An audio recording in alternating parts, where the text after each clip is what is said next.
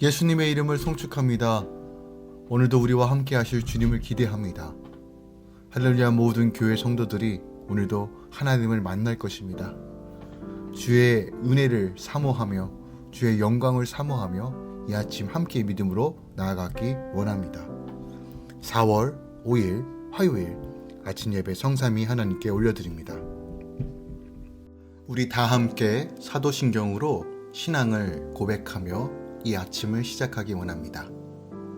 전능하사 천지를 만드신 하나님 아버지를 내가 믿사오며 그 외아들 우리 주 예수 그리스도를 믿사오니 이는 성령으로 잉태하사 동정녀 마리아에게 나시고 본디오 빌라도에게 고난을 받으사 십자가에 못 박혀 죽으시고 장사한 지 사흘 만에 죽은 자 가운데서 다시 살아나시며 하늘에 오르사 전능하신 하나님 우편에 앉아 계시다가 저리로서 산자와 죽은 자를 심판하러 오시리라. 성령을 믿사오며 거룩한 공예와 성도가 서로 교통하는 것과 죄를 사하여 주신 것과 몸이 다시 사는 것과 영원히 사는 것을 믿사옵나이다. 아멘. 오늘 하나님의 말씀은 마가복음 13장 1절부터 13절까지입니다. 마가복음 13장 1절부터 13절까지입니다. 예수께서 성전에서 나가실 때 제자 중 하나가 이르되 선생님이여 보소서 이 돌들이 어떠하며 이 건물들이 어떠하니이까. 예수께서 이르시되 내가 이 큰 건물들을 보느냐 돌 하나도 돌 위에 남지 않고 다 무너뜨려지리라 하시니라. 예수께서 감난산에서 성전을 마주 대하여 앉으셨을 때 베드로와 야고보와 요한과 안드레가 조용히 묻되 우리에게 이루소서 어느 때에 이런 일이 있겠사오며 이 모든 일이 이루어지려 할 때 무슨 징조가 있사오리까. 예수께서 이르시되 너희가 사람의 미혹을 받지 않도록 주의하라. 많은 사람이 내 이름으로 와서 이르되 내가 그라하여 많은 사람을 미혹하리라. 난리와 난리의 소문을 들을 때 두려워하지 말라. 이런 일이 있어야 하되 아직 끝은 아니니라. 민족이 민족을 나라가 나라를 대적하여 일어나겠고 곳곳에 지진이 있으며 기근이 있으리니 이는 재난의 시작이니라. 너희는 스스로 조심하라. 사람들이 너희를 공회에 넘겨주겠고 너희를 회당에 매질하겠으며 나로 말미암아 너희가 권력자들과 임금들 앞에 서리니 이는 그들에게 증거가 되려 함이라. 또 복음이 먼저 만국에 전파되어야 할 것이니라. 사람들이 너희를 끌어다가 넘겨줄 때 무슨 말을 할까 미리 염려하지 말고 무엇이든지 그때 너희에게 주시는 그 말을 하라. 말하는 이는 너희가 아니요 성령이시니라. 형제가 형제를 아버지가 자식을 죽는 데에 내주며 자식들이 부모를 대적하여 죽게 하리라. 또 너희가 내 이름으로 말미암아 모든 사람에게 미움을 받을 것이나 끝까지 견디는 자는 구원을 받으리라. 아멘. 하나님의 말씀입니다. 오늘 본문은 소위 감난산 광화라 불리고 있는 내용이 담겨져 있어요. 감난산 광화는 세상 종말과 그리스도의 재림에 관한 계시로 이루어지기 때문에 요한계시록과 더불어 기독교 종말론의 중요한 골격을 형성하고 있는 본문이 오늘 마가복음 13장 말씀입니다.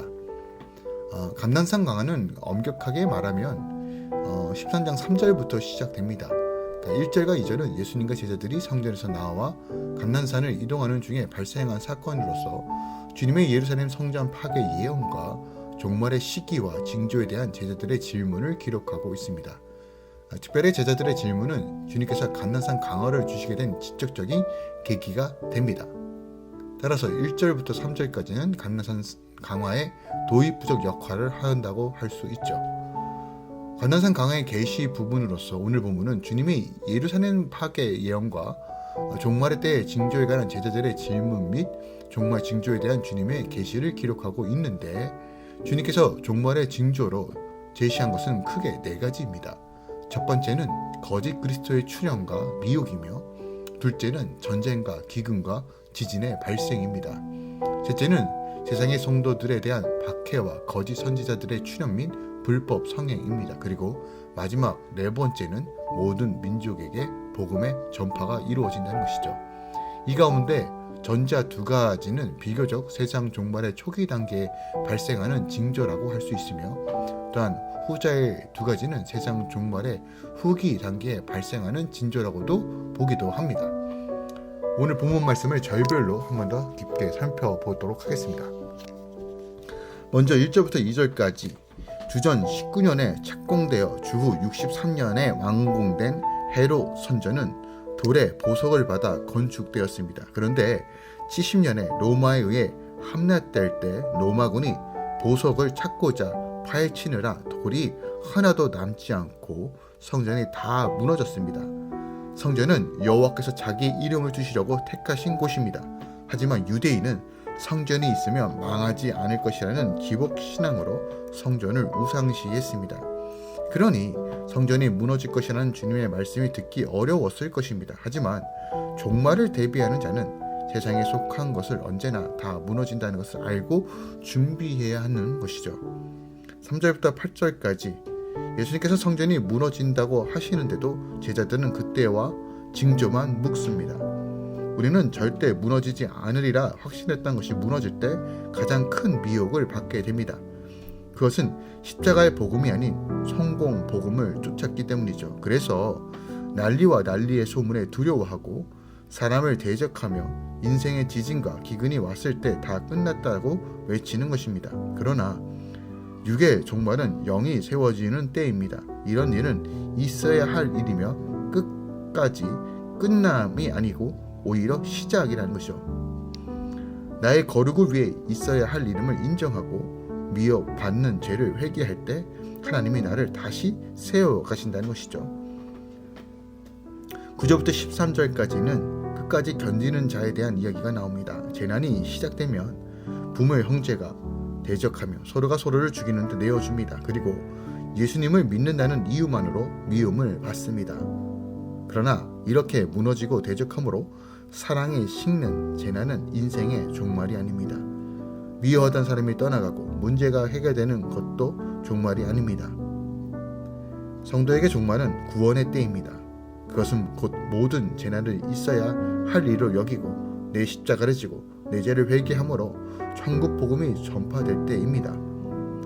복음 전파를 위하여 끝까지 미움을 잘 받으면서 가족과 이웃을 구원으로 인도하는 자가 종말의 때를 가장 잘 사는 자라는 것을 본문이 우리에게 가르쳐 주고 있습니다.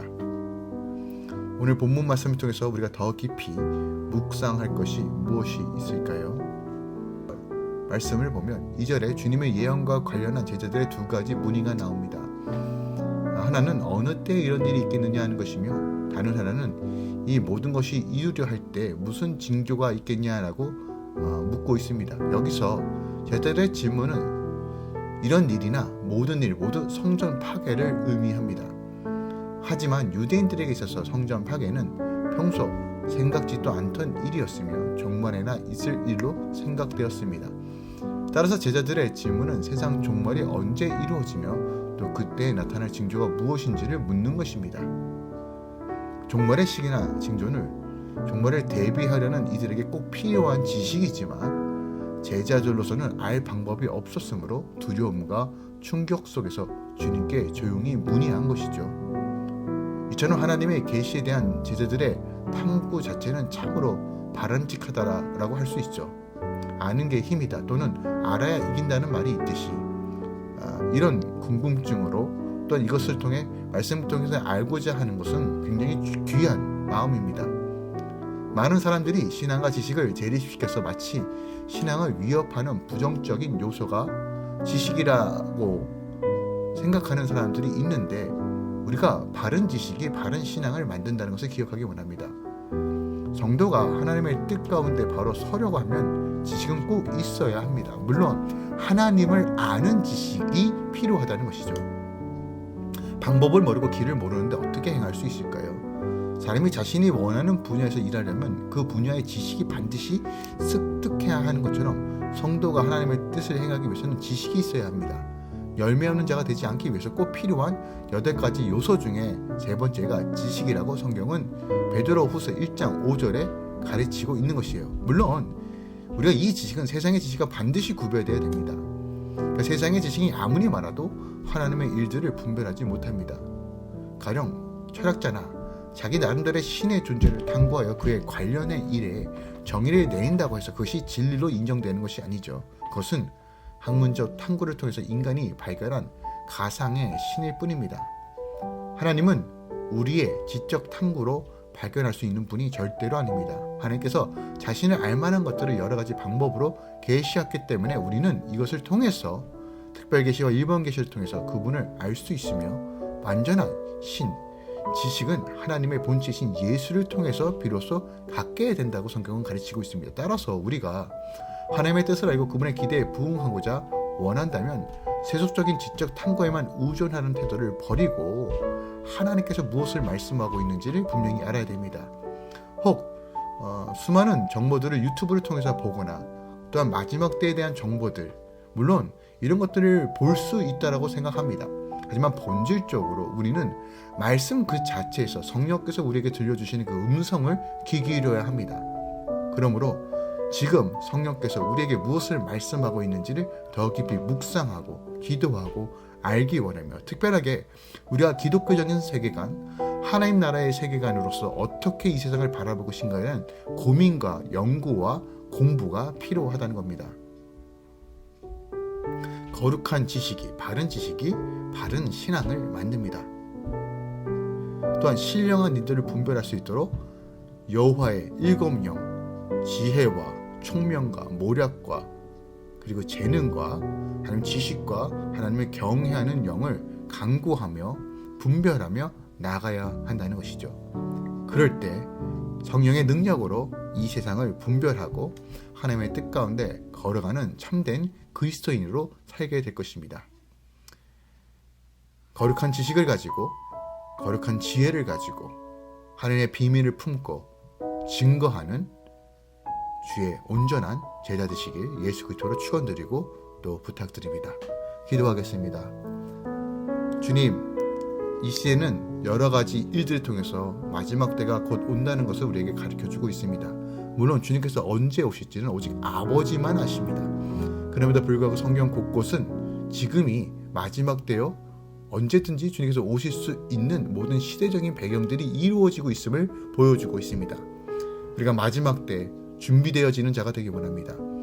하나님, 미혹되고 망령된 것 때문에 우리 마음이 흔들리는 것이 아니라 온전하고 거룩하고 순결한 하나님의 지식으로 채워지기 원합니다. 또한 거룩한 신부로서 온전히 준비되어 수 있는 거룩한 지식과 또한 하나님을 아는 지식으로 충만하게 채워지길 원합니다. 성령 하나님, 알고 깨닫게 하여 주시옵소서. 두려움이 아닌 하나님의 평안과 결단과 또한 하나님을 향한 열정의 지식들이 온전히 채워지게 하여 주시옵소서. 주님의 마음을 알고 깨달을 수 있도록 역사하여 주시옵소서. 모든 할렐루야 공동체, 또한 함께 이 아침에 예배하는 모든 주의 성도들의 삶 가운데 주님 성령의 능력으로 채워 주시옵소서.